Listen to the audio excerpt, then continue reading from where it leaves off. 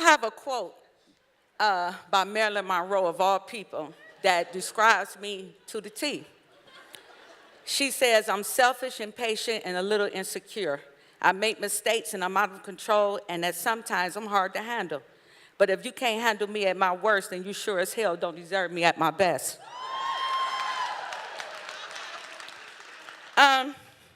First of all, I just want to thank my mom for being here, and my daughter and my granddaughter for being here. My daughter, Markia, and my granddaughter, Robin Lynn, is right there, and my mom is over here. And then I want to thank all my sisters from South Street that came to be here for me, because even though they heard my story many times, they heard it different ways, and they have always walked with me through my journey and through my seasons. At 37 years old, I decided to give up my addiction to drugs. And I didn't just decide it on my own. I got into an altercation with a young lady that wanted me to give her some drugs, and I told her, you don't ask me for nothing like that in front of my daughter. But she did. And when she did, I, flipped out. It ain't cute, it ain't nice, but one thing I can thank her for is when they took me to jail, she called Children's Services and said their mother is incarcerated. I spent 2 weeks in the county jail, and everybody wanted to make friends. I didn't know you when I came in, I ain't gonna know you when I leave. And I didn't like the scene that I was in. I didn't like the food I had to eat, and I didn't like the fact that I didn't have nobody to call and talk to, and the fact that I got 4 kids running around the city of Akron, and I don't know where they at. See, I'm from Cleveland, and I've been here in Akron since I was 27 and a half, and I raised my children here. So when I got out of jail, I went back to the apartment. There was 2 signs on my door. One said eviction, one said Children's Services. What? Where the hell is my kids? See, now this is when, let me ask y'all something. Have y'all ever felt yourself, have you ever seen yourself die and resurrect? I felt my own death and I seen my own resurrection.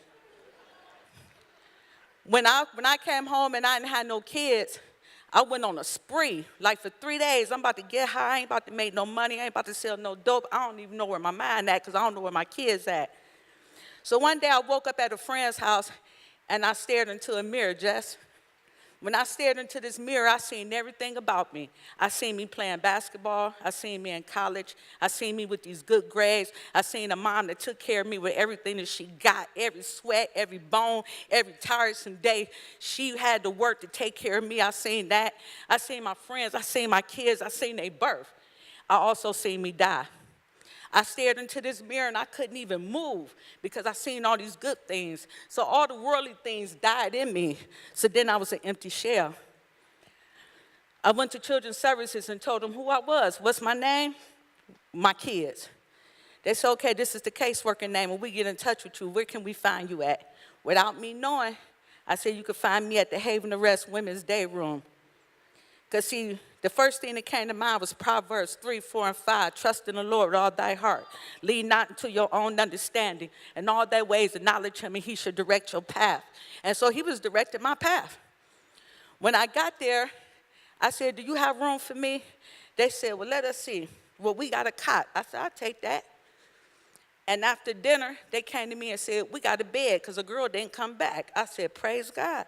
First time I ever said praise God for real. I got on my hands and knees that night and asked God not to take this away from me. Oh, God, I'm sorry, I won't do it again. If you fix this, I won't do it again. I used one word and one word only, a word I thought was never in me. I said, God, please deliver me.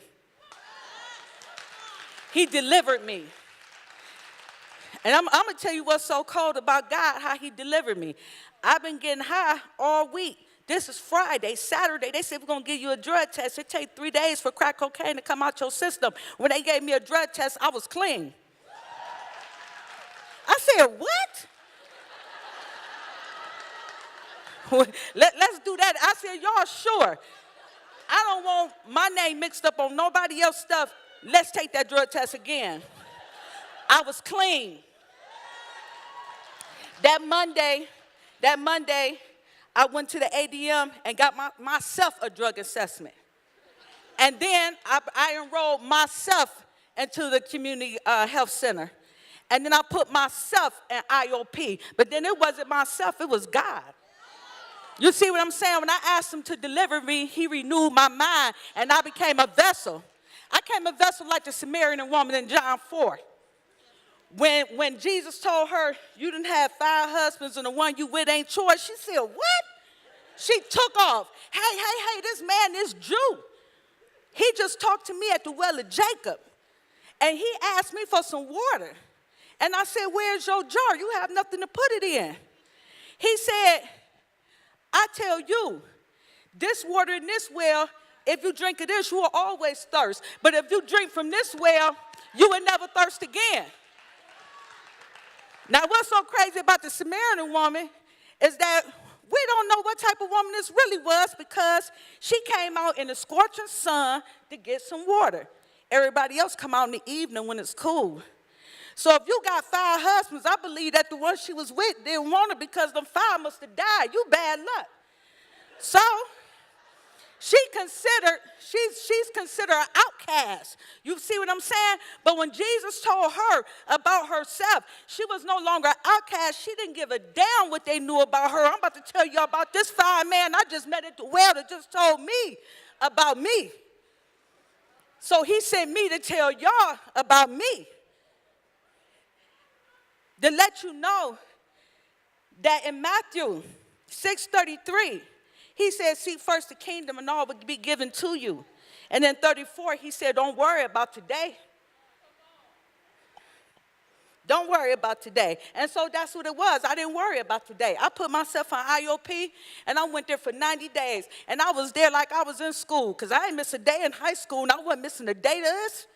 Now to get myself together. My daughter just sitting right there.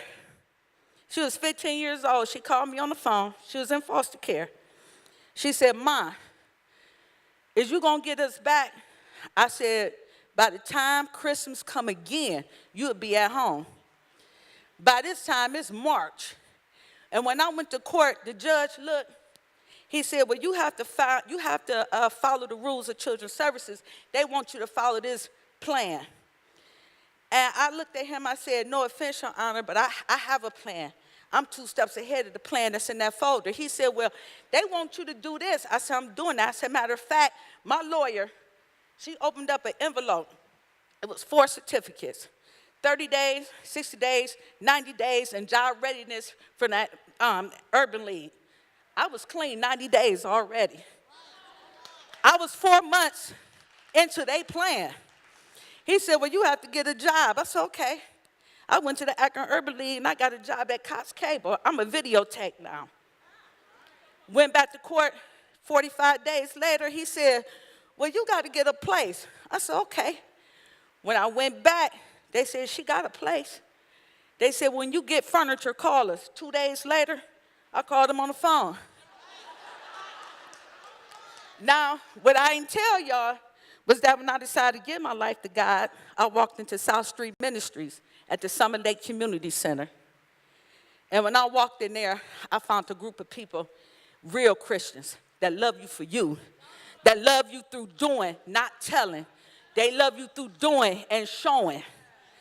I listened to a man by the name of Dwayne Krabs. I listened to this man talk about the Bible, and I learned. He didn't preach it, he taught it. And one thing Dwayne always say that I never forget, and it's going to live with me for the rest of my days, he said, you could be faulty, but don't be false. So nothing about me is hidden. Everything about me is an open book. So I'm going to fast forward a little bit. I started working for a broken chains jail and prison ministry. By this time, I've been 6 years clean. I had all my kids home by the time in 5 months. The judge looked at me and said I could count on one hand how many women had their kids back in 5 months. And in 4 months, that one right there that's raising her hand was the first one to walk through the door. It wasn't no looking back. No more bad relationships that's going to make me think I ain't enough and that I got to go out and party and get high. I lay at the foot of Jesus every night, and I wake up in his presence every morning.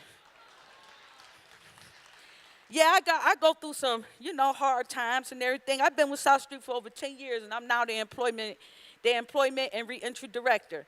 I'm also the administrative assistant to Lisa Krabs and to Joe Tucker. I also help with, and these are the things, this is God. This ain't me. I'm going to show you what God did. I decided to go back to college, and I got my degree.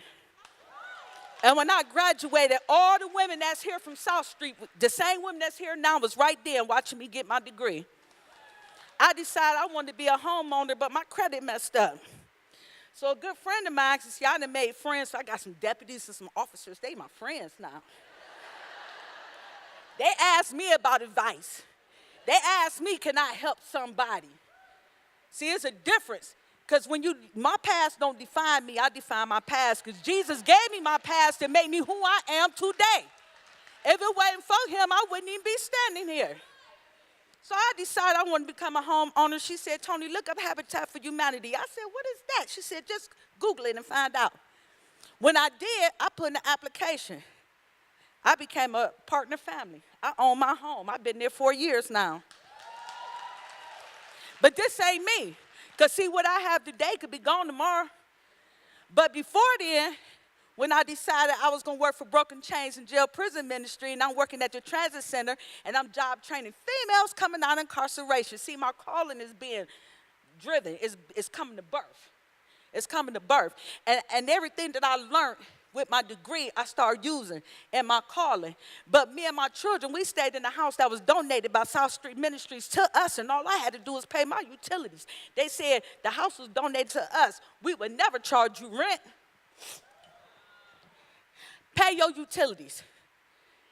And everything was a hand up, not a hand out. Everything that I went through, everything I endured was for this moment today.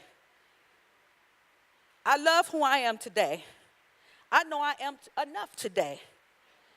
And no matter what come my way, I trust the process. I trust the process. So I stayed in this house. Me and my kids, we moved, and all of a sudden I own my own house now. All my kids, they live on their own. So I got married. I got married in 2016 to a man I've been going to church with for 10 years. I ain't never looked at him. He ain't never looked at me. I ain't thought not one time I would be with this man. Not one time. We went through a year of courtship, up and downs.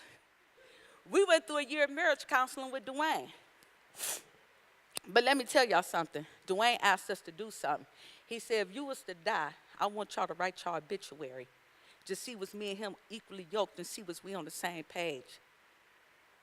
2 months after I was married, my husband was diagnosed with stage 4 cancer.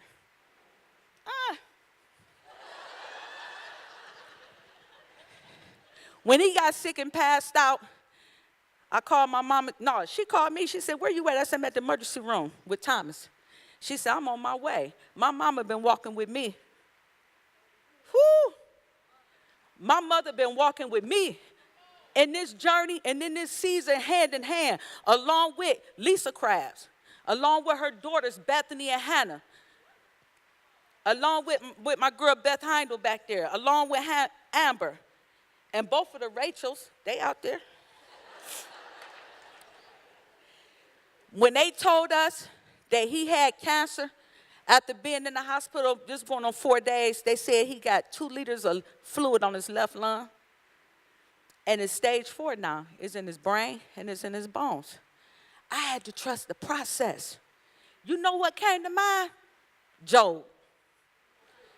That damn Satan went to God and said, your humble and upright standing servant Job, you think he's so good. If I took away his land, his money, his kids, do you think he'll still serve you? One thing about Satan, he's so dumb and childish.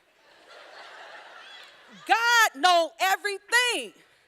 So I'm going to take a gamble on Job. Yes, he's going to still serve me. Even if I take away everything, he said, try it, you might like it. So he did it. He took away everything, and he went back and said, what if I inflict his health? Do you think he'll still serve you? Say dumb again. God said, go ahead, but you can't take his life. So he did just that. And that's what he did to me. I had the most beautiful wedding I thought I'd never have a day before in my life. My mom, She made I'm talking about a wedding dinner. I never had a wedding dinner. She cooked the food. My bridal shower put together by my sister. I can't even say friend. Lisa, my sister. Raise your hand, sis. There she go. She helped put together my bridal shower. Everything was perfect. See, everything was perfect. So I believe the conversation went something like this. What's up, God? What you want to say? What you doing up here? You know good and well it's too pure up here for you.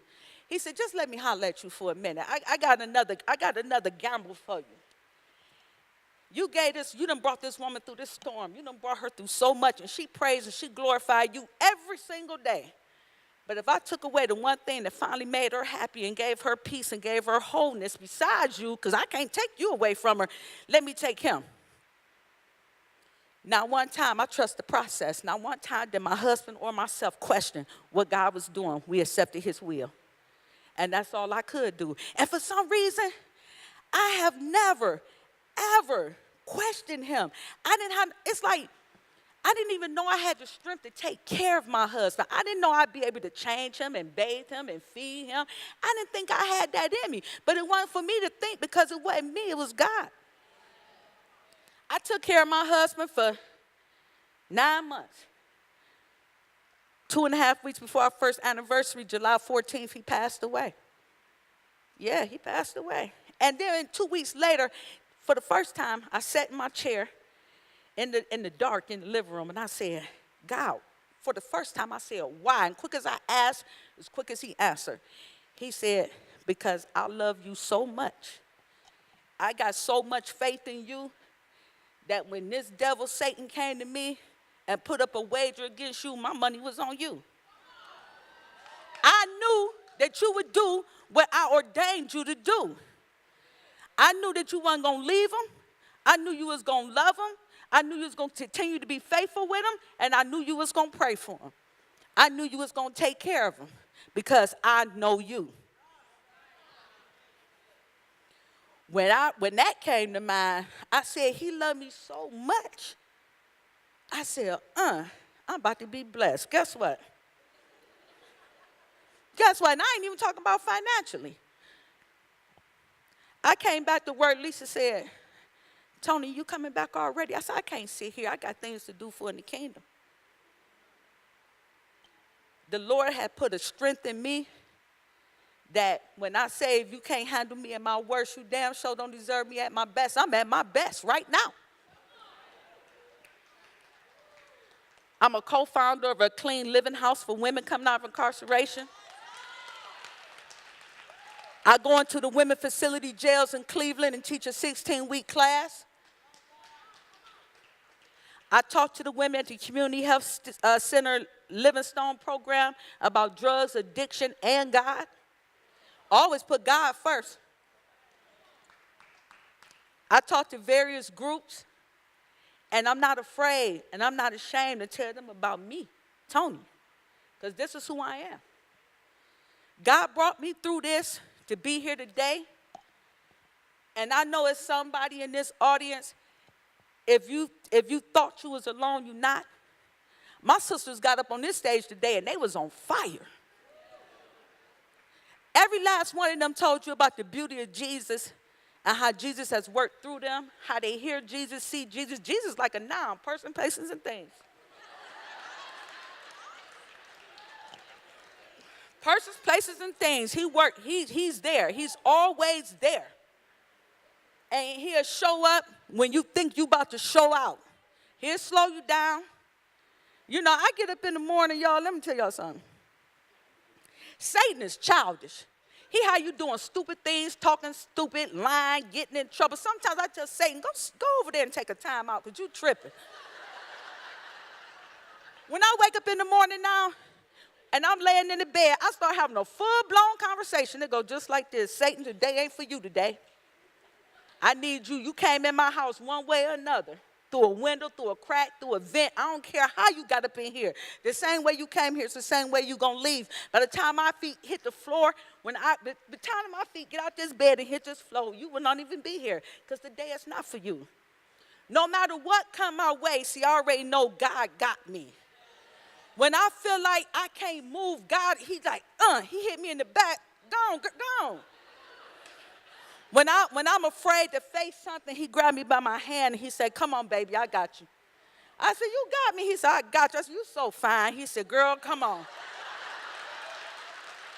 And at night when I'm lonely, at night when I think I'm lonely, I feel his arms around me. Let me know, let me rock you to sleep and sing you a lullaby. And he'll say, open up the eyes to my heart, Lord. Yeah, I love that song. It was the first song I sung at First South Street. I said, Dwayne, I can't do no praise and worship. I don't know no songs. He said, you would know this one. Just go with the music. Never heard the words before in my life. Do you know I got up there and sung it? Yeah. And it's a song I listen to now every day by Yolanda Adams. It's called Fragile Heart. When she say, I remember the first time you laughed with me. Now I'm standing here with the news of a tragedy. That let me know that my husband is with me because he's talking to me.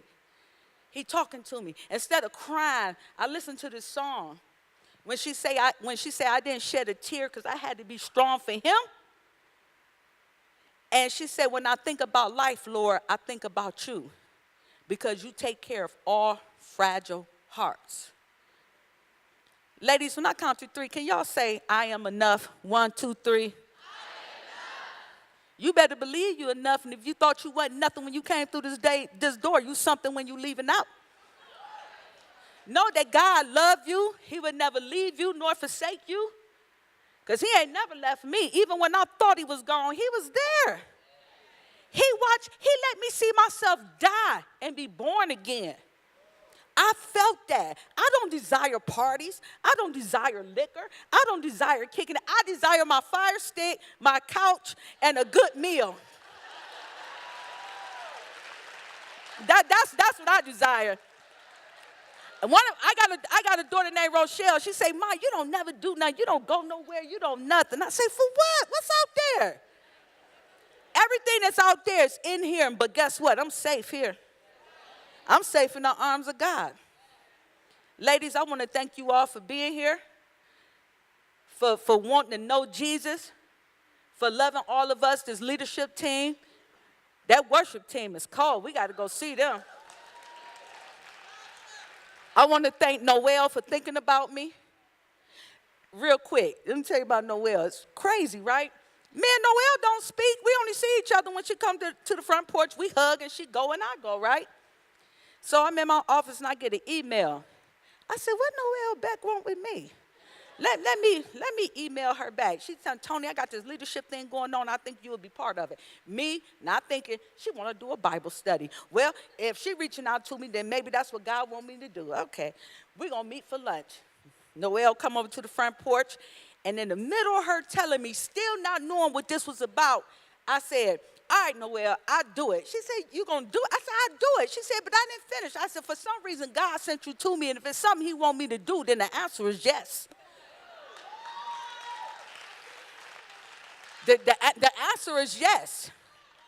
So like I said, when I go to sleep at night, I sleep at the feet of Jesus, and I wake up in his presence every morning. Thank you.